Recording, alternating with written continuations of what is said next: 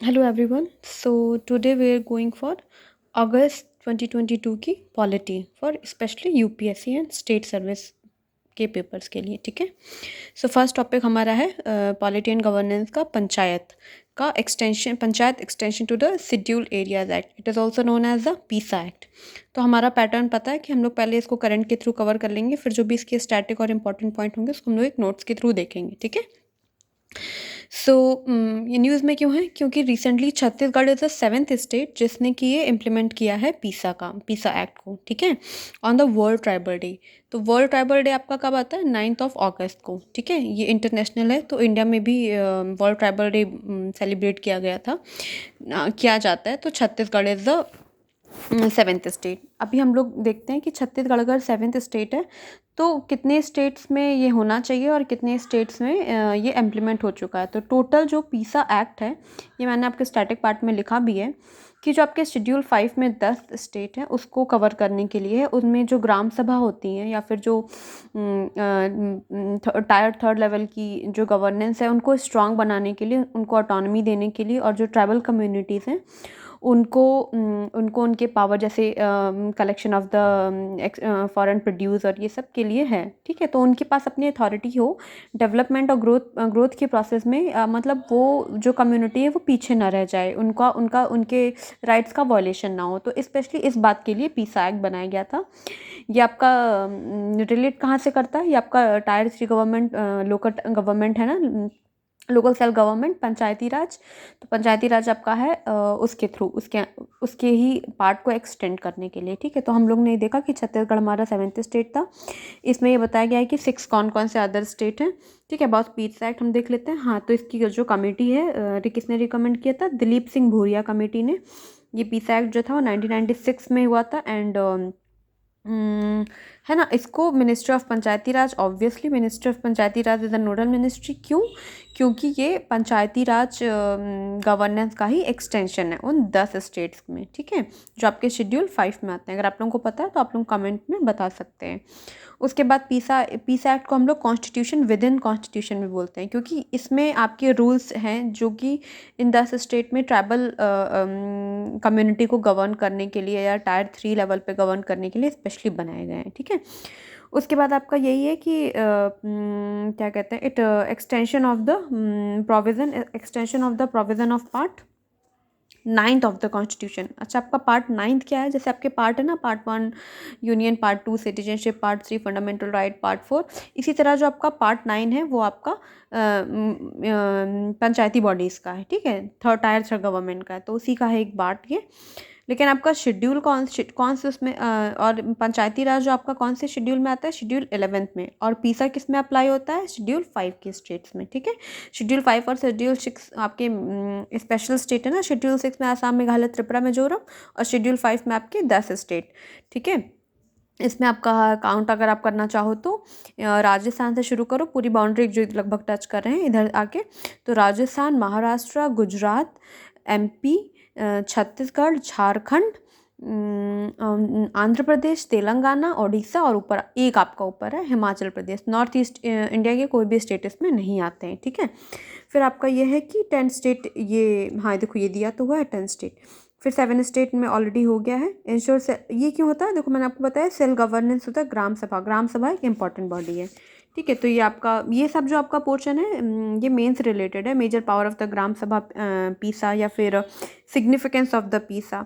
चलिए major power हम देख लेते हैं। पहला आपका है power of mandatory consultation in matters of land acquisition, prevent alienation of the land and restore alienation land। जैसे कि मान लो कोई डेवलपमेंट या कुछ प्रोजेक्ट है, तो ये नहीं कि ट्राइबल एरिया है तो उनका कोई राइट नहीं है तो वायलेट करने के। तो अगर वहाँ पे कुछ प्रोजेक्ट बना है तो ग्राम सभा को जो है उनसे पहले परमिशन लेनी पड़ेगी, उनको ये अथॉरिटी दी गई है। To control the institution and functionaries in all social sector and local plans. Next आपका है to manage minor water bodies. यहाँ पे आपको वर्ड ध्यान रखना है, कौन सा? Minor water bodies, ownership of minor produce, minor forest produce, है ना। ये आपका एक 2018-19 में या 18 में क्वेश्चन आया था कि मिनरल्स, माइनर मेजर मिनरल्स और माइनर मिनरल्स। तो सैंड आपका कौन सा माइनर मिनरल है, तो उसके लिए आपको किसकी परमिशन चाहिए होती है, ठीक है। तो तीसरा ये हो गया। फोर्थ आपका regulate and restrict sale consumption of liquor, manage village markets, जो आपकी लोकल लेवल की चीज़ें हैं, ठीक है, उन सबको control money lending to scheduled tribes, ठीक है। फिर resettlement and rehabilitation and prospecting licence, mining leases, देखो ये आपका आ गया माइनिंग वाला, ठीक है, माइनिंग लीसेस। ये आपका एक बार देख लेना कि कौन कौन सी पावर्स दी गई हैं ग्राम सभा को पीसा एक्ट के अंदर, ठीक है। उसके बाद हम देखते हैं चैलेंजेस क्या हैं। चैलेंजेस अगर हम लोग वैसे तो मेंस का है, फिर भी अगर हम लोग देखना चाहें तो चैलेंजेस इसमें है, ठीक है। तो सबसे पहले क्योंकि एस टी कम्युनिटी है तो वहाँ के लोग अवेयर कम होंगे क्योंकि उतनी नॉलेज नहीं है।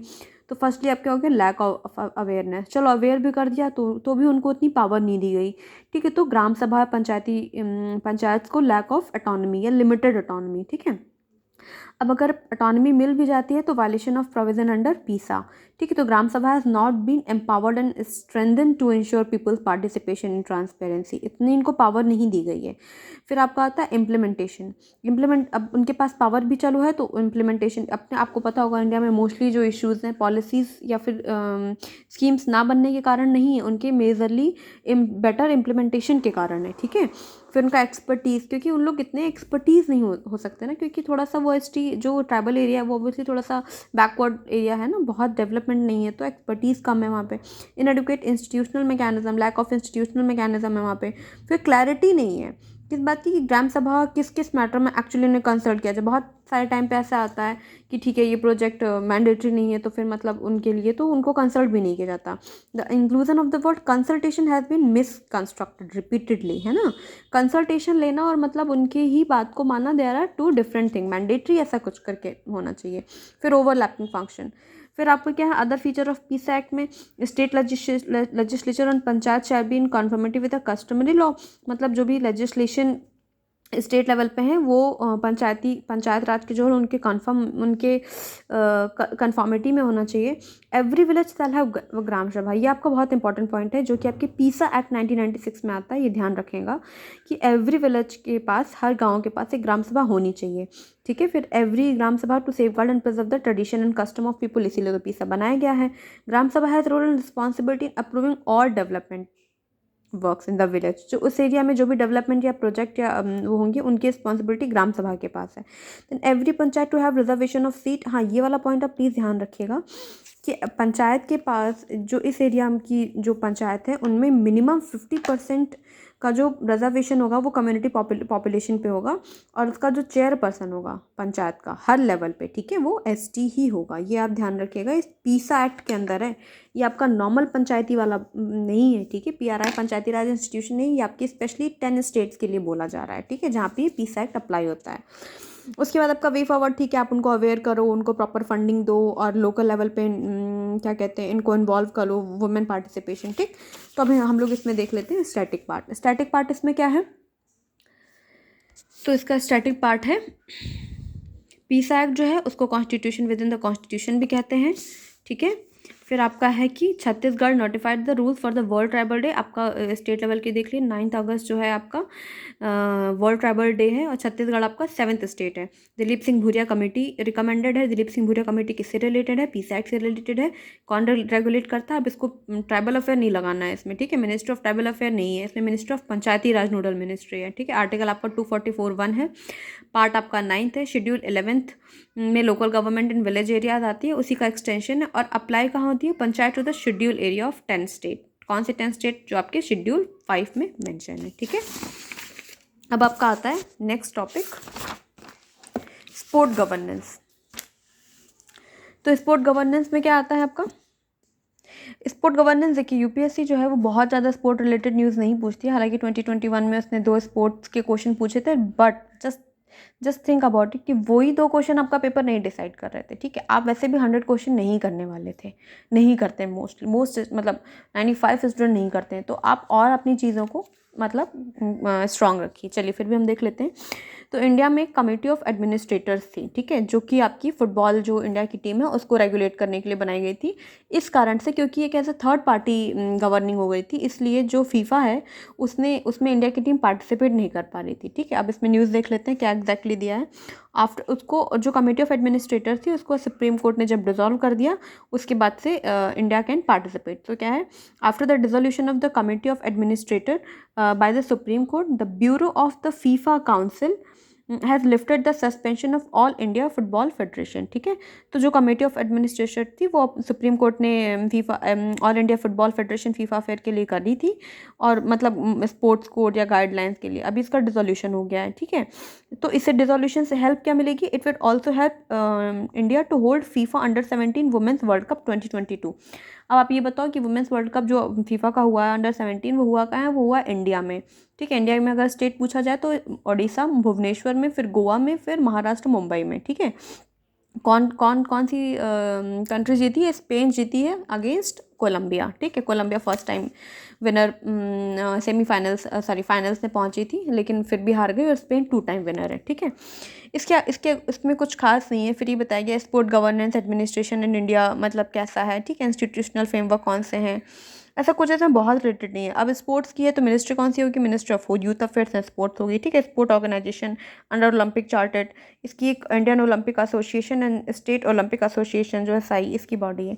इसमें ऐसा कुछ खास नहीं है। उसके बाद आपका ये आता है कौन क्या क्या इशू है, कि एडमिनिस्ट्रेटिव इशू है। ठीक है, एडमिनिस्ट्रेटिव इशू हो गया, फिर प्रोफेशनलिज्म नहीं है, इन एडुकेट रिप्रेजेंटेशन है, फिर फाइनेंशियल इशू हो गया कि लिमिटेड फंड है ना, बहुत सारा फंडिंग स्पोर्ट्स में नहीं है, इसलिए देखिए ओलंपिक में बहुत अच्छा इंडिया परफॉर्म नहीं कर पाती है, मैक्सिमम इस बार एक ही गोल्ड आया। ठीक है, फिर कोऑपरेशन एंड कोऑर्डिनेशन इश्यूज हैं, ट्रांसपेरेंसी इशू है। तो ये आपका मतलब करंट से रिलेटेड था। उसका स्टैटिक पोर्शन आप देख लो। स्पोर्ट गवर्नेंस क्या है, वही है, सुप्रीम कोर्ट ने सीओए को डिसॉल्व कर दिया है। उसमें आपका ये है कि एक इससे रिलेटेड जब इंडिया का वो हुआ था फाइनल्स में, उसमें इंडिया की विमेन सेमीफाइनल्स में पहुंची थी, तो उसका एक टर्म आया था, इस टर्म को देख लीजिए, डकवर्थ लुईस स्टर्न मेथड। ये आपका टर्म है, डकवर्थ लुईस स्टर्न मेथड। किस में होता है ये, क्रिकेट में होता है। ठीक है, ये एक मैथमेटिकल सिस्टम है स्कोर्स को कैलकुलेट करने का। ठीक है, चलें उसके बाद हमारा नेक्स्ट टॉपिक क्या है, ये स्पोर्ट कोड इतना कुछ इंपॉर्टेंट। नेक्स्ट टॉपिक आपका है पर्सनल डाटा प्रोटेक्शन बिल। अच्छा, मैं एक बात आपको बता देती हूँ कि जो बिल रिलेटेड चीज़ें हैं, ठीक है, जो अभी एक्ट नहीं बनी है, यूपीएससी मोस्टली वो 100% कहीं भी श्योर नहीं है, इवन यूपीएससी के उसमें भी आपको वो चीज़ अवॉइड करनी होती है जिसमें मस्ट या ओनली लिखा होता है। ठीक है, तो आपका क्या है कि जो बिल वाली चीज़ें हैं वो प्रीलिम्स में देने में अवॉइड करती है, मेंस में वो मेंस में वो क्वेश्चन आते हैं, लेकिन प्रीलिम्स में मोस्टली अवॉइड, कल को एक्ट बने और कुछ उसमें चेंज हो, है ना, तो इसलिए बिल वाली चीज़ें थोड़ा सा। और ये जो आपका पर्सनल डाटा प्रोटेक्शन बिल है, ये तो आपका 2017 और पता नहीं कब से है, तो इसमें आपका मेन कंसर्न क्या है, अगर पूछा जाए मेन कंसर्न ये है कि पर्सनल डाटा प्रोटेक्शन बिल, उसमें आपकी राइट टू प्राइवेसी ब्रीच हो रही है, right to freedom and speech breach हो रही है। तो राइट टू प्राइवेसी आपका आर्टिकल 21, फ्रीडम एंड स्पीच आपका आर्टिकल 19(1). तो यही बोला है इसमें जो केस आया था, justice case Puttaswamy versus Union of India का केस, उसमें आपने बोला, सुप्रीम कोर्ट ने इसमें बोला था कि राइट टू प्राइवेसी जो है, ये देखिए लिखा भी है कि right to privacy is an intrinsic part, है ना, ये लिखा है ना, right to privacy is an intrinsic part of the right to life and personal freedom guaranteed by the Indian constitution. तो इसी बात पे हमेशा ये बिल जाके क्या होता है, अटक जाता है। 2017 में बिल आया था, 2018 में फिर आपकी एक कृष्ण कमेटी, याद रख लो, जैसे कि पीसा में आपकी कौन सी कमेटी थी, दिलीप सिंह भूरिया कमेटी थी। इसी तरह आपका पर्सनल डाटा प्रोटेक्शन में आपकी कौन सी कमेटी है, BN श्री कृष्ण कमेटी है। ठीक है, इससे ज़्यादा इसमें रिलेटेड और कुछ नहीं है कि हाँ क्यों ये बिल, क्या क्या प्रॉब्लम है इसमें। यही है कि मतलब इंडिया के पास अभी कुछ ऐसा बिल या रेगुलेशन नहीं है जिससे वो ये सब प्रोटेक्ट कर सके। ठीक है, तो मैं आपको क्योंकि प्रीलिम्स ओरिएंटेड पढ़ा रही हूँ, इसलिए बहुत ज़्यादा डिस्क्रिप्शन में जाने नहीं है, वही बातें हम करेंगे जो आपके यूपीएससी प्रीलिम्स एग्जाम में आ जाए। ठीक है, तो उसके बाद देखिए आपका पर्सनल डाटा प्रोटेक्शन बिल में आपका क्या क्या है, justice case Puttaswamy versus Union of India case है। केस एक बार देख लेना, जिसमें सुप्रीम कोर्ट ने कहा था कि right to privacy is an intrinsic part of the right to life, article 21, personal freedom and personal freedom। ठीक है, अंडर फंडामेंटल राइट आपको पता है कि कोई भी लॉ फंडामेंटल राइट को जल्दी वायलेट अगर करेगा तो उस पर ऑब्वियसली क्वेश्चन उठेंगे। ठीक है, कमेटी कौन सी है आपकी, BN श्री कृष्ण कमेटी है। श्री कृष्ण सबका प्राइवेसी का ध्यान रखेंगे, तो BN श्री कृष्ण कमेटी है, और फॉर्मुलेट कब की गई थी, 2017 में। ठीक है, अब आपका नेक्स्ट टॉपिक क्या है, आपका नेक्स्ट टॉपिक है social media censorship and regulation. Oh, ये तो बहुत ही मतलब इसमें भी आपका देखिए दो मुद्दे आपके इसमें भी आ रहे हैं कि सोशल मीडिया तो मतलब राइट टू प्राइवेसी भी इसमें आता है और फ्रीडम ऑफ स्पीच भी आता है। ये दो जो आर्टिकल हैं फंडामेंटल राइट के, प्राइवेसी और इसके आर्टिकल 21 एक दूसरे को कॉन्ट्रवीन करते हैं most of the time, most of the cases में। ठीक है, तो इसमें क्वेश्चन क्या था, टॉपिक क्या है कि ट्विटर की एक रिपोर्ट है ग्लोबल ट्रांसपेरेंसी रिपोर्ट। आपको यही टॉपिक बन गया। ठीक है, ये देखते हैं कि ट्विटर की रिपोर्ट का क्या नाम है, ग्लोबल ट्रांसपेरेंसी रिपोर्ट। उसने ये बताया है कि there have been a rise in legal demand being made by India to remove content from Twitter between 2014 to 2020। मतलब बहुत सारे टाइम 2014 से 2020 के बीच में बहुत सारे टाइम पे लीगल डिमांड इंडिया की तरफ से किए गए हैं। जैसे मान लो किसी ने, आपने मान लो कोई ट्विटर पे कुछ पोस्ट ट्वीट कर दिया, ठीक है, ट्वीट कर दिया, वो वायलेट कर रहा है इंडियन लॉ या इंडियन सोवर्निटी को। ठीक है, तो डिमांड आएगी कि भाई इस ट्वीट को हटा दिया जाए। ठीक है, वो ट्विटर के वही इसके बारे में। तो आपको यहाँ पे क्या बात याद रखना है, ट्विटर की ग्लोबल ट्रांसपेरेंसी रिपोर्ट है। ठीक है, फिर India as a fourth spot to issue blocking orders between, मतलब इंडिया में जापान, टर्की, रशिया, इनके बाद इंडिया चौथी ऐसी कंट्री है जिसकी तरफ से हाईएस्ट नंबर ऑफ डिमांड आए। अच्छा, एक बात और, यूपीएससी मोस्टली अवॉइड करता है negative terminology with respect to Indian की इंटरनेशनल लेवल पे एटलीस्ट तो करता ही है। तो ठीक है, आप याद रखो, ये बहुत अच्छी बात है, लेकिन ऐसा वो नहीं करना है। ठीक है, ध्यान रखो फोर्थ स्पॉट पे है, हाईएस्ट नहीं है। मैं मतलब ये नहीं कि फर्स्ट स्पॉट पे ही अगर इन ट्विटर ने रिपोर्ट निकाली तो फोर्थ स्पॉट पे। ठीक है, जापान, टर्की, रशिया के बाद है। रीज़न क्या है, क्योंकि मान लीजिए किसी ने क्रिटिसिज्म ऑफ गवर्नमेंट कर दिया तो भी है, वही डिफेमेशन हो गया, अडल्ट कंटेंट हो गया, इंप्रेशन अमंग अदर्स। ठीक है, अब नीड क्या है सोशल मीडिया रेगुलेशन की, फिर से वही मेंस का टॉपिक है। नीड क्यों है कि भाई मान लीजिए किसी ने गवर्नमेंट के बारे में उल्टी सीधी बातें कर दी है ना, तो लोगों का विश्वास उस पर उठ जाएगा, या रिलीजियस पर्टिकुलरली कर दी, या कास्ट, कम्युनिटी, इन सब की तो क्या होता है डिफेमेशन। एक तो किसी की आप इज्जत मतलब रिस्पेक्ट नहीं कर रहे हो। ठीक है, सोशल जो बॉन्ड है वो उसमें प्रॉब्लम होगी। वैसे भी आपको पता है इंडिया में कितनी कम्युनिटी, कितने हर तरीके के मतलब लोग रहते हैं, वेरी डाइवर्स कंट्री है ना। सो वही है कि चेकिंग डिसरप्शन इन सोसाइटी की, कोई किसी ट्वीट क्या किसी कारण प्रॉब्लम तो नहीं हो रही है। कर्टेलिंग, फेक न्यूज़, ये तो बहुत कॉमन सी बात है। इसमें अच्छा क्या है, टॉप 4 कंट्री देखिए, जापान में 12,373 है, और जापान सॉरी इंडिया में 12,373 है, वाइल जापान में 55,000 है। ठीक है, तो ठीक है, ऐसा इतना कुछ बड़ा इशू नहीं है। अच्छा, ये जो सोशल मीडिया रेगुलेशन है वो रेगुलेट किसके अंदर होती है, अब थोड़ा सा ध्यान दीजिए। इंफॉर्मेशन टेक्नोलॉजी एक्ट है, आईटी एक्ट 2020। ठीक है, तो ये जो आईटी एक्ट आपका है ये आपका होल इंडिया में अप्लाई होता है, और इवन आपका आउटसाइड ऑफ इंडिया भी अप्लाई होता है। देखिए इसमें लिखा भी होगा, एक मिनट, हाँ, कि ऑल्सो अप्लाई। ठीक है, also apply to any offence और contravention committed even outside the territorial jurisdiction of the Republic of India by any person irrespective of its nationality. ये भी नहीं है कि भाई उसी के देश का इंसान बाहर क्राइम करे। अगर इंडिया से रिलेटेड कोई क्राइम हुआ है, बाहर हुआ है, किसी अदर सिटीजन के थ्रू हुआ है, इंडिया का सिटीजन नहीं है, फिर भी ये आईटी एक्ट उस पर अप्लाई होता है। ठीक है, तो एक्ट आपको क्या करता है, लीगल वैलिडिटी देता है, इलेक्ट्रॉनिक कॉन्ट्रैक्ट्स। अच्छा, एक्ट ये जो है आपके जो इलेक्ट्रॉनिक कॉन्ट्रैक्ट्स होते हैं, इलेक्ट्रॉनिक जो सिग्नेचर उनका होता है, उनको भी रिकॉग्निशन देता है ये। ठीक है, ये आपका प्रीलिम्स पॉइंट है, इसको आप ध्यान रखिएगा, ये मैंने नोट दे दिया है वैसे तो आपकी। This is modern legislation that makes the like hacking, data theft, ये सब आपको पता है, साइबर क्राइम बहुत सारे हैं। लेकिन जो आपकी वो है सोशल कंटेंट, तो चलिए ठीक है, वो आपकी मिनिस्ट्री ऑफ आईबी के अंदर, इंफॉर्मेशन एंड ब्रॉडकास्टिंग, वो आपकी अलग है। ठीक है, ये जो सोशल मीडिया वाला ड्रामा है ये आपका प्रॉब्लमेटिक है, ये आपका आईटी एक्ट रेगुलेट करता है। ठीक है, मिनिस्ट्री आपकी अलग है। फिर उसके बाद क्या है कि आपका डाटा प्राइवेसी रूल। ठीक है, अभी इस पर कोई फाइनल एक्ट नहीं बना है, फाइनल एक्ट अगर मेंस तक आपका बन जाता है तो हम लोग उसमें फिर से देख लेंगे। अभी आपके लिए इतनी ही न्यूज़ सफिशिएंट है। इम्प्लीमेंटेशन चैलेंज क्या है, ठीक है, सब्जेक्टिविटी आ रही है, मिसयूज़ भी हो जाएगा, इनफेक्टिव इन सर्टन केसेस, बहुत सारी चीज़ें हैं। तो हम लोग उतना मतलब ये आप इतना यूपीएससी प्रिपरेशन करें तो आपको इतना पता होना चाहिए कि क्या क्या प्रॉब्लम हो सकते हैं। ठीक है, तो डाटा प्रोटेक्शन बिल के लिए हम लोग क्या करें, जस्टिस के एस पुट्टास्वामी, सर ये तो हम लोग देख चुके हैं। Global transparency report social media वाला है, तो आपकी ग्लोबल ट्रांसपेरेंसी रिपोर्ट क्या किसके थ्रू है, ट्विटर के थ्रू है। आईटी एक्ट क्या है, लीगल वैलिडिटी देता है, इलेक्ट्रॉनिक कॉन्ट्रैक्ट्स को और इलेक्ट्रॉनिक साइंस को। Shreya Singhal versus Union of India. अच्छा, आईटी एक्ट का एक बहुत इंपॉर्टेंट सेक्शन था, सेक्शन 66A। ठीक है, उसमें क्या था, सेक्शन 66 को 2015 में सुप्रीम कोर्ट ने बैन कर दिया, मतलब हटा दिया है। उसको 2008 में अमेंडमेंट के थ्रू लाया गया था। इसमें शायद मेंशन है हुआ, हाँ ये देखिए मेंशन है कि इंट्रोड्यूस किया गया था section 66A into the act. Section 66A जो होता था देता था authorities to the power to arrest anyone accused of posting content on the social media that could be deemed offensive। मतलब अगर किसी ने कुछ ऐसा पोस्ट कर दिया जो कि ऑफेंसिव है तो उसको पनिशमेंट या उसको अरेस्ट किया जा सकता है। अच्छा, ये बताइए, तो ये कौन से आपकी लॉ को वायलेट करेगा? सबसे पहले तो आपको फ्रीडम ऑफ स्पीच ही वायलेट करेगा, ठीक है। तो ऐसे नहीं चल सकता ना, इसीलिए इस एक्ट को, इस सेक्शन को, आईटी एक्ट सेक्शन 66 से 2015 में Shreya Singhal versus union of India case में इसको क्या किया गया, अनकॉन्स्टिट्यूशनल डिक्लेयर कर दिया गया, ठीक है। तो ये आपका हो गया टॉपिक। अब आपका नेक्स्ट टॉपिक है जो न्यूज़ एंड शॉर्ट्स में देते हैं। न्यूज़ एंड शॉर्ट्स में पार्लियामेंट्री प्रिविलेज। पार्लियामेंट्री प्रिविलेज आपको सबसे पहले पता होनी चाहिए कि किसको किसको मिलती है। आपके मेंबर ऑफ पार्लियामेंट को मिलती हैं ऑब्वियसली। अच्छा, ये इंडिविजुअल और कलेक्टिव होती हैं, बोथ होती हैं। ये बोथ होती हैं, इंडिविजुअल भी होती हैं और कलेक्टिव भी होती हैं, ठीक है।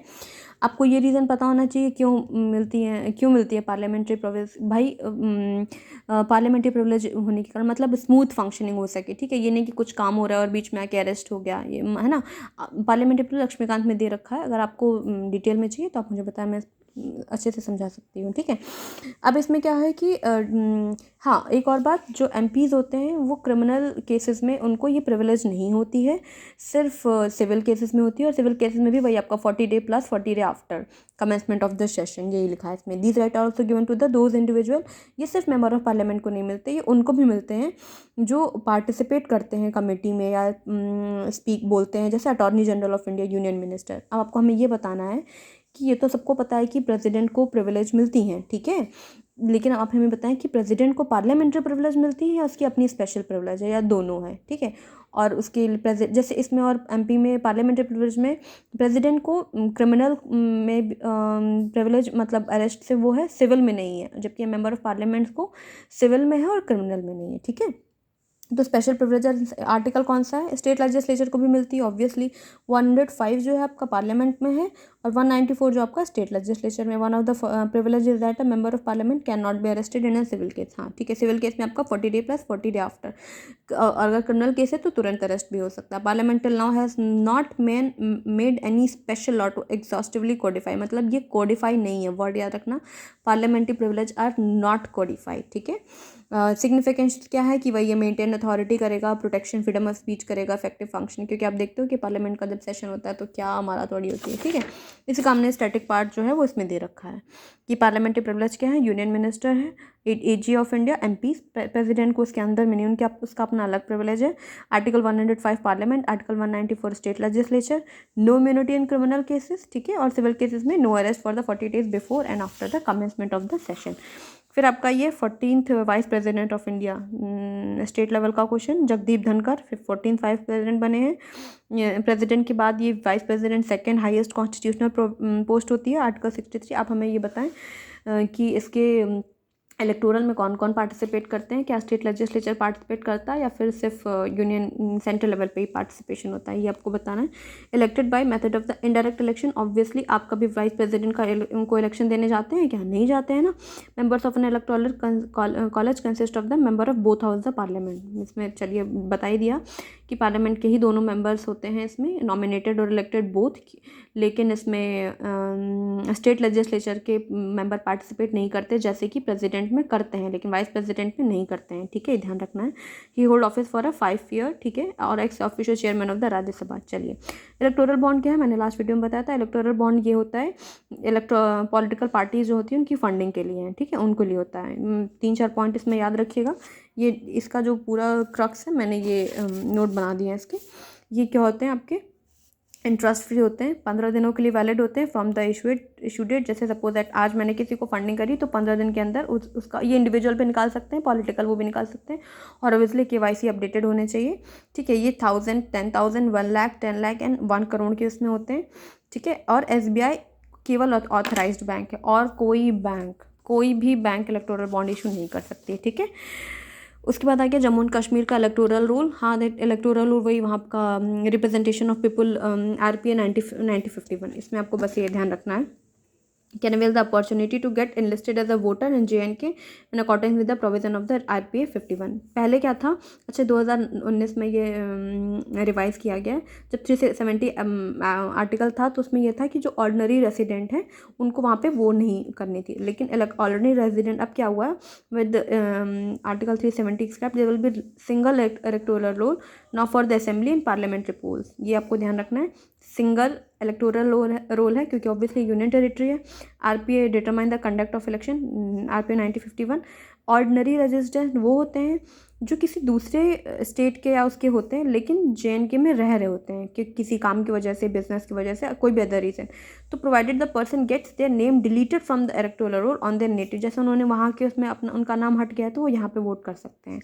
ठीक है, यही है रिवीजन ऑफ इलेक्टोरल। और अच्छा इसको देख लीजिए, ऑर्डिनरीली रेजिडेंट जो होते हैं वो डिटरमाइन होते हैं इलेक्टोरल रजिस्ट्रेशन ऑफिसर के थ्रू, ठीक है, ईआरओ के थ्रू।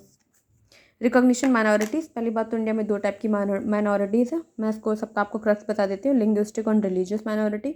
अब सुप्रीम कोर्ट में भी ये पिटीशन फाइल हुई थी, ये आ सकता है आपका कि डिस्ट्रिक्ट लेवल पे करना है क्योंकि केरला एजुकेशन बिल हुआ था और टीएम इसके पहले भी मतलब बहुत बार ये आ चुका है कि जो माइनॉरिटीज़ हैं वो डिस्ट्रिक्ट लेवल पे की जाए, तो सुप्रीम कोर्ट ने हमेशा बोला नहीं, माइनॉरिटीज़ जो हैं वो स्टेट लेवल पे रिकॉग्नाइज़ की जाती हैं। ठीक है, देखिए लिखा है such identification must be carried out the state level. ठीक है, टीएमए पाई केस आपका इससे रिलेटेड है, क्यों उसको by taking state as a unit. ठीक है, माइनॉरिटी स्टेटस जो है आपका, माइनॉरिटी आपके तीन कॉन्स्टिट्यूशन में आर्टिकल 29, 30 और 350B। 350B आपका जो स्पेशल ऑफिस ऑफ लिंग्विस्टिक में, ये आपको मुझे बताना है कि कॉन्स्टिट्यूशनल है, बॉडी है या फिर नहीं है। ठीक है, आप मुझे ये बताएंगे। उसके बाद national commission for the minorities act NCM 1992। एक बात और याद रखेंगे, जो माइनॉरिटीज अभी इंडिया में है वो कॉन्स्टिट्यूशनली रिकॉग्नाइज नहीं है। कहाँ कौन रिकॉग्नाइज है, किसके थ्रू रिकॉग्नाइज है? National commission for the minorities act 1992 ने रिकॉग्नाइज़ किया है। जो आपकी इंडिया में मेजर कास्ट मतलब हैं उनको, उसमें हिंदू को छोड़ दें, बाकी आप देखिए Muslim, Sikh, Christian, Buddhist, Jain and Zoroastrian, इनको ही माइनॉरिटी का स्टेटस मिला है। फिर national commission for the minority educational institution act 2004 has been enacted to safeguard इनके एजुकेशनल राइट। ठीक है, एजुकेशनल इंस्टीट्यूशन है तो एजुकेशन राइट रहेगा। अब नेक्स्ट टॉपिक है आपका कॉन्स्टिट्यूशन बेंच। कॉन्स्टिट्यूशन बेंच क्या होती है? कॉन्स्टिट्यूशनल, पहले तो आप देख लो कितने मिनिमम होने चाहिए, 5 मिनिमम 5 होने चाहिए और उससे ज़्यादा कितने भी हो सकते हैं। ठीक है, अब आप देखो ये ऑब्वियसली CGI कोई एडहॉक बेसिस पे करता है, कोई इसका वो नहीं होता है कि ठीक है परमानेंट यही 5 रहेंगे हमेशा, ऐसा कुछ भी नहीं होता है। अब देखो ये कब किस किस केस में कॉन्स्टिट्यूशनल बनाया जा सकता है। आर्टिकल 143, जबकि interpretation of the law from any constitution करना। आर्टिकल 145, जब प्रेसिडेंट ने सुप्रीम कोर्ट का ओपिनियन मांगा हो किसी टॉपिक पे तब सुप्रीम कोर्ट की जज बनती है। फिर जब इसके पहले कोई ऐसा कन्फ्लिक्टिंग जजमेंट हो चुका हो किसी सेम पॉइंट पे, ठीक है, तो उसका प्रोनाउंसमेंट जो है वो एक लार्जर बेंच के थ्रू होता है। या फिर 3 जज bench already doubt correctness of the judgement delivered by the, पहले उसी केस पे पहले 3 जज बेंच ने कोई केस मतलब सुनवाई दी गई हो एंड डिसाइड टू, फिर उसको अगर फाइनल फिर से सुनना है तो 3 से ऊपर 4 हो जाएगा तो आपको 2-2 का हो जाएगा, फिर से टाइप जाएगा, इसलिए 5 मतलब मोस्टली तो यही होता है कि 5 बेंच की आपकी जजेस होती है। ठीक है, इतना ही आपका काफ़ी है। क्यों? अब ये है कि हाँ ये अलग टॉपिक है कि अभी क्या हो गया है, शुरू हो गया है लाइव स्ट्रीम ऑफ प्रोसीडिंग, वो हटाइए। बेनामी ट्रांजेक्शन एक्ट 90, बेनामी प्रॉपर्टी क्या होती है उतना ध्यान रखिए आप। बेनामी ट्रांजेक्शन जो होते हैं means any transaction in which property is transfer to one person for a consideration paid और provided by the another person. जैसे बेनामी क्या है कि मान लीजिए किसी इंसान ने कुछ काम किया है ना, उसको इलीगली वो करना है, मतलब उसको सेटल करना है, तो इसलिए मतलब मोस्टली लोग करते हैं। इसका एक्ट आपका बना है बेनामी ट्रांजेक्शन एक्ट 1988। सुप्रीम कोर्ट ने रिसेंटली एक केस पे स्ट्रक डाउन हो गया, इसलिए ये न्यूज़ में 2016 में अमेंडमेंट हुआ था। इससे ज़्यादा इसमें भी कुछ भी इम्पोर्टेंट नहीं है। तो ये आपका अगस्त 2022 का पॉलिटी वाला कंप्लीट हो गया। अगर आप इसको देख नहीं सिर्फ सुनेंगे भी 3-4 बार तो आप तो आपका, क्योंकि मैंने कोई भी पॉइंट छोड़ा नहीं है और ये एक पेज है जिस पे मैंने पूरा क्रक्स जो है इसका दे रखा है। आप इसको अगर ध्यान से देखना चाहें तो, अगर आप कहेंगे तो मैं इसका एक PDF बना के भी कमेंट सेक्शन में डाल दूँगी, बट आप इसको अगर कंटिन्यू सुनेंगे तो भी आपका रिवाइज हो जाएगा। ठीक है, okay, keep hard working, get you success. Thank you.